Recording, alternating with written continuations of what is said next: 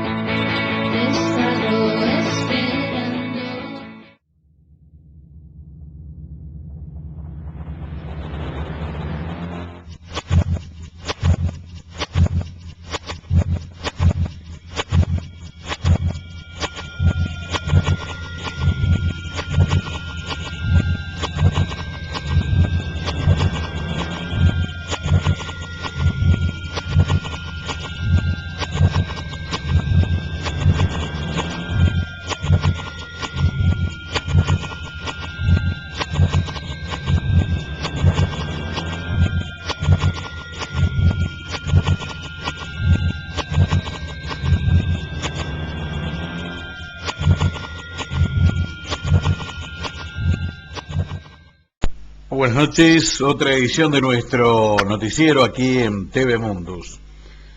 La información nos lleva inmediatamente a un gran éxito internacional que ha tenido la Argentina en las Naciones Unidas, concretamente a propuesta de un proyecto para tratar deudas soberanas.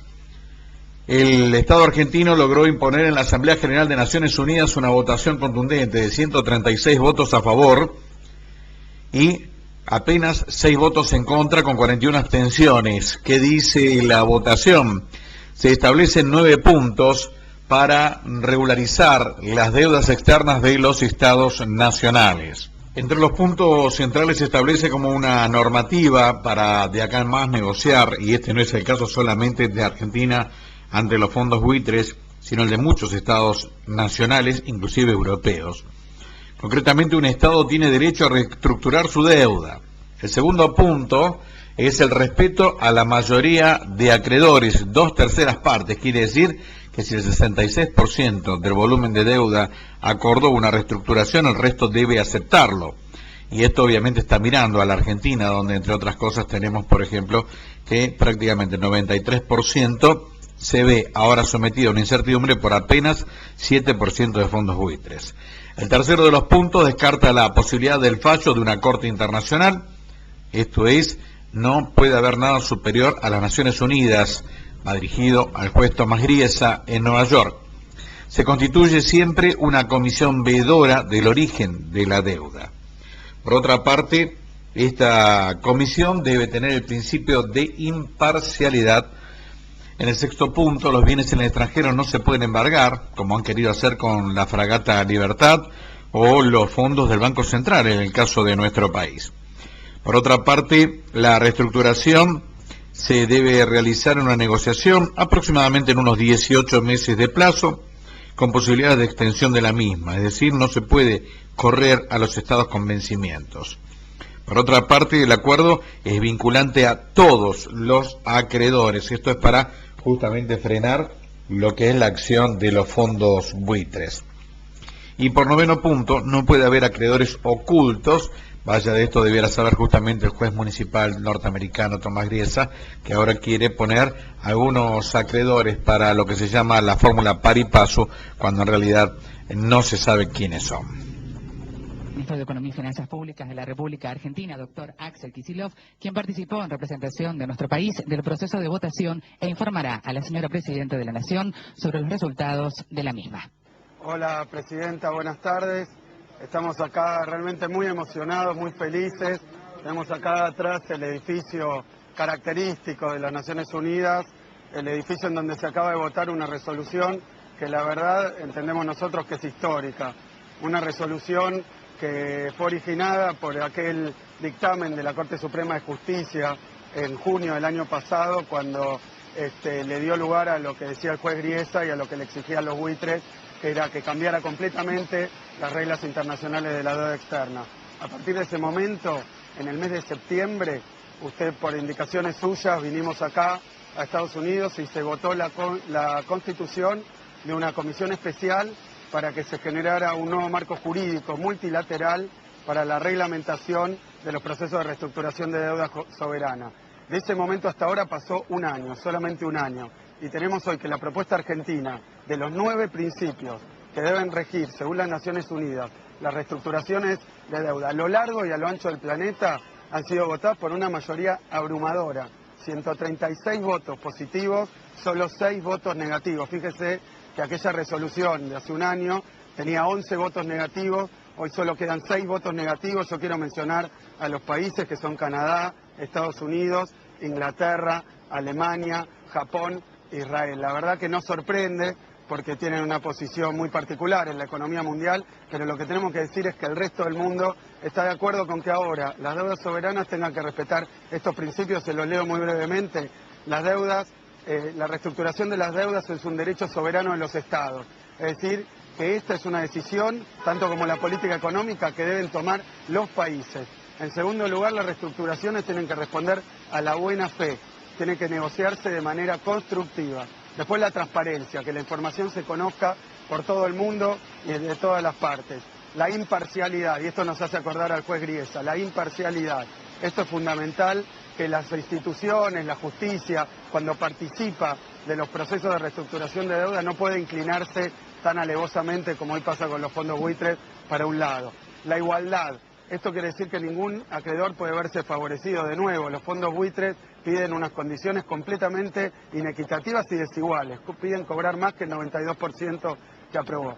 La inmunidad soberana. Recordará usted, Presidenta, que en algún momento, y hace poco de nuevo, trataban de embargar bienes militares, embargar bienes de nuestra Cancillería, y todo con tal de cobrar una deuda. Eso es ilegal y ahora viola los principios básicos que debe tener cualquier reestructuración.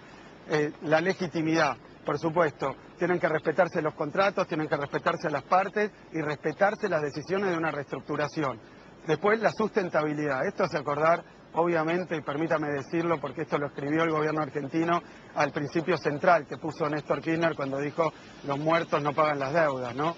Esto quiere decir, no se puede pagar una deuda si ese pago pone en riesgo la posibilidad de que el país siga creciendo, siga incluyendo, siga desarrollándose. Y por último, un principio central, que es una verdadera victoria en esta lucha que estamos dando y algo de que nos da muchísimo poder relativo en esto, que es la reestructuración por mayoría. Si una mayoría resuelve algo, no puede ninguna minoría obstaculizar, boicotear o sabotear el proceso de reestructuración decidido por la mayoría. Esto fortalece indudablemente a la República Argentina, pero no solo eso, porque aquí han votado, como decía recién, 136 países a favor, y esto hoy rige como principio de las Naciones Unidas. Favorece a todos los países, si me permito decir, también los desarrollados, que están atravesando dificultades en la crisis actual, porque cuando llegan los problemas de deuda, tiene que haber reglas claras, reglas que no favorezcan solo a los más grandes para que se coman a los chicos, sino que sean reglas que para todo el mundo sirvan para salir adelante.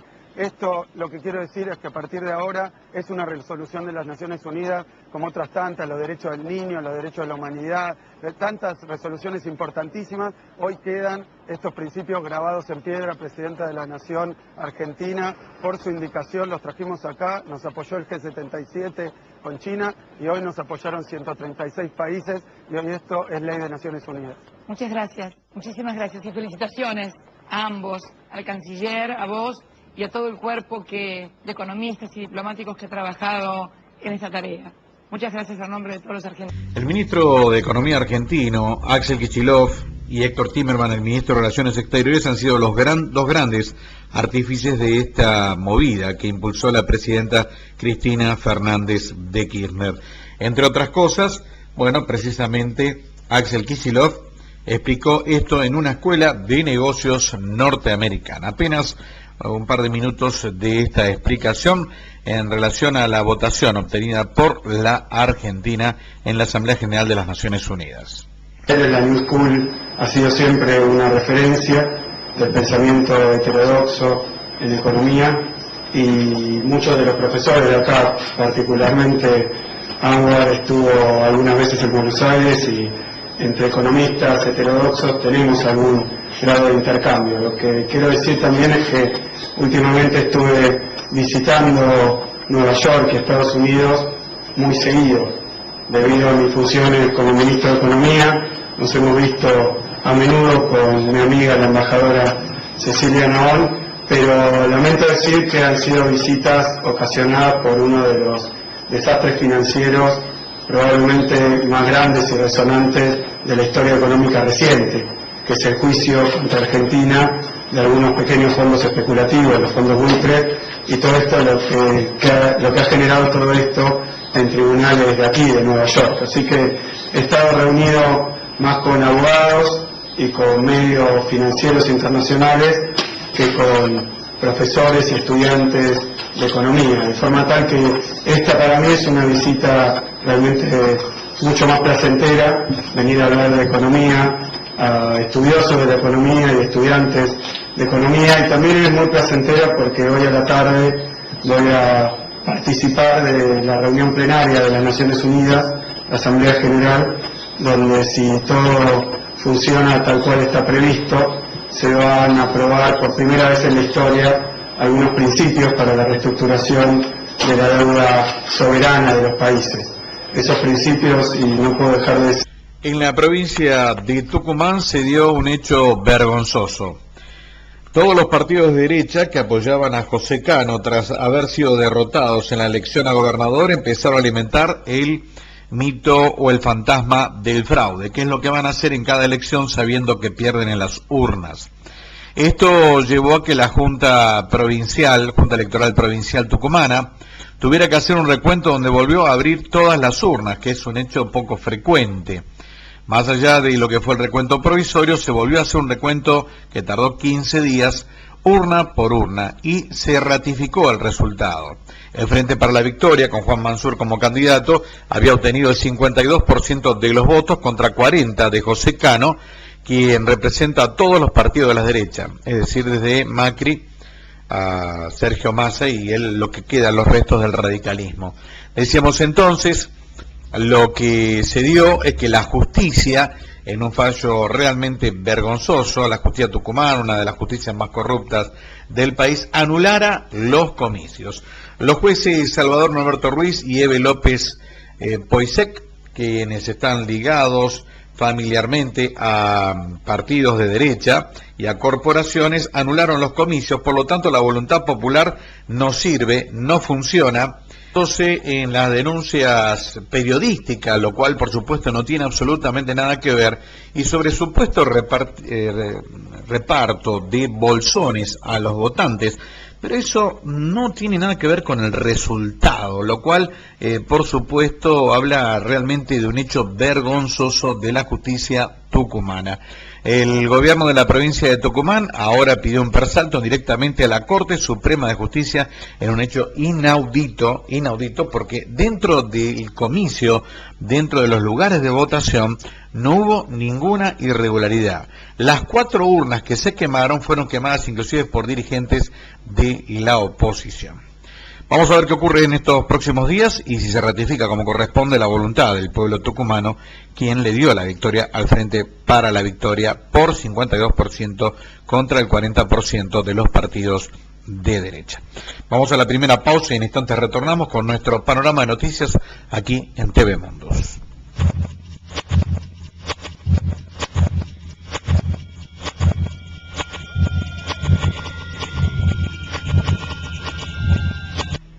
Escudo Informativo, revista de política, economía, deportes y cultura. Publicación latinoamericana desde Argentina, de Buenos Aires, para todo el mundo. Escudo Informativo, publicación de orientación y distribución internacional. El periodismo serio, el que dice lo que otros no se en un mundo de ruidos, esencial.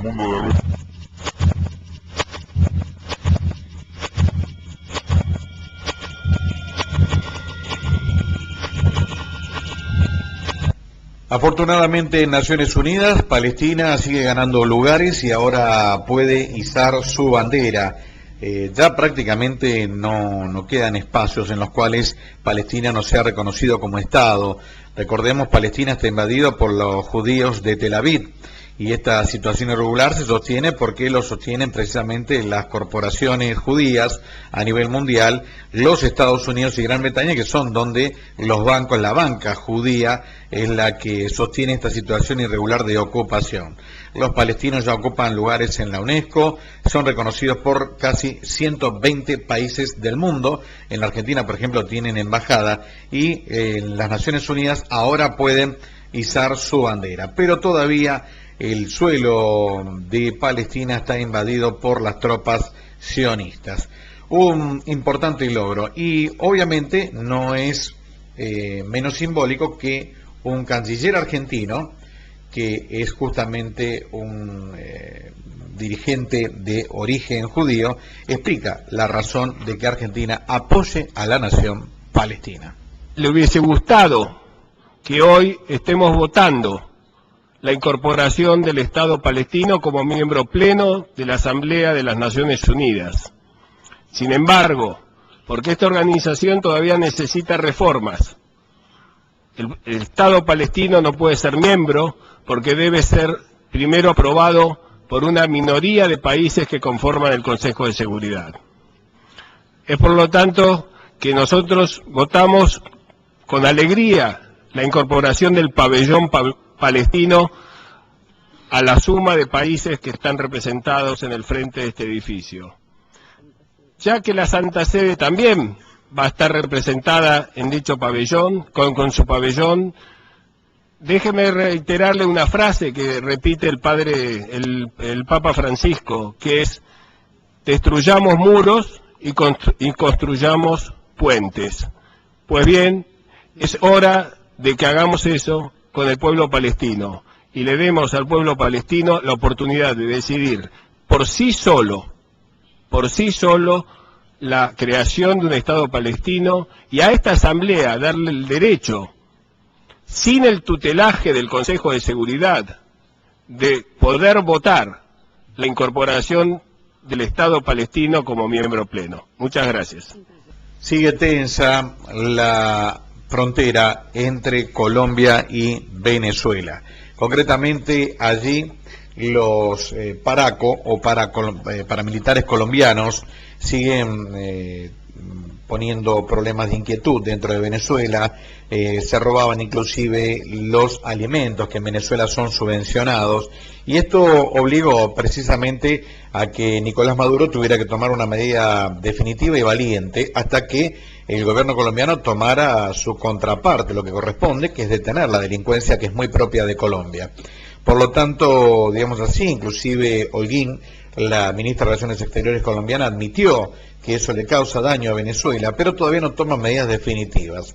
Mientras tanto, Maduro había implementado, ya va un mes prácticamente, de un estado de excepción que en principio es de 60 días en la frontera entre estos dos países que, bueno, originalmente eran hermanos y luego se han dividido por culpa de las oligarquías, fundamentalmente las colombianas. Decíamos entonces, lo que se está dando ahora es una situación de normalización. Descendió el delito en Venezuela, no hay desabastecimiento en Venezuela. Esto era las mafias colombianas ligadas a los carteles de la droga norteamericanos que están radicadas en ese país, se robaban la mercadería y después de golpe, claro, los venezolanos no tenían cuestiones mínimas como por ejemplo puede ser jabón o papel higiénico. ¿Todo por qué? Porque se lo robaban las mafias colombianas a precios subvencionados, se llevaban las mercaderías completas de los supermercados en camiones a través de una frontera que era muy porosa. Como corresponde, el Estado bolivariano, a través de su presidente Nicolás Maduro, tomaron la medida que correspondía y ahora los venezolanos consiguen combustible, todos los alimentos que necesitan, todos los enseres esenciales que antes faltaban, no porque el Estado no los proveyera, sino porque estábamos ante una situación realmente de robo desestabilizador por parte de la delincuencia colombiana. Nada más, señores, los invitamos a buscar el nuevo número de Ecoinformativo. En tapa está la miseria europea, lo que están haciendo justamente con los migrantes y los refugiados en el continente viejo. Realmente a flor de superficie las bajezas de ese continente deplorable para la historia mundial. Daniel Docampo Espada, Nuevo Mundo Net, Televisión.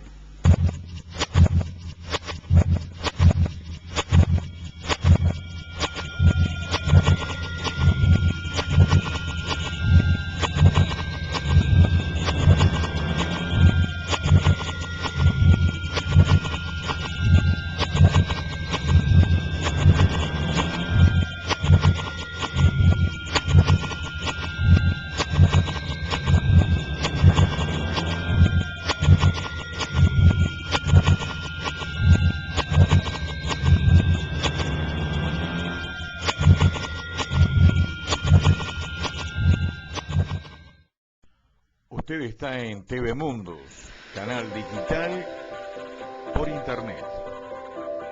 Música, deportes, espectáculos, noticias, televisión, todo aquí, tvmundus.com.ar. El mundo con visión latinoamericana. Bienvenidos a tvmundus.com.ar. En un mundo de ruidos, lo esencial. TV Mundus, Narcosur.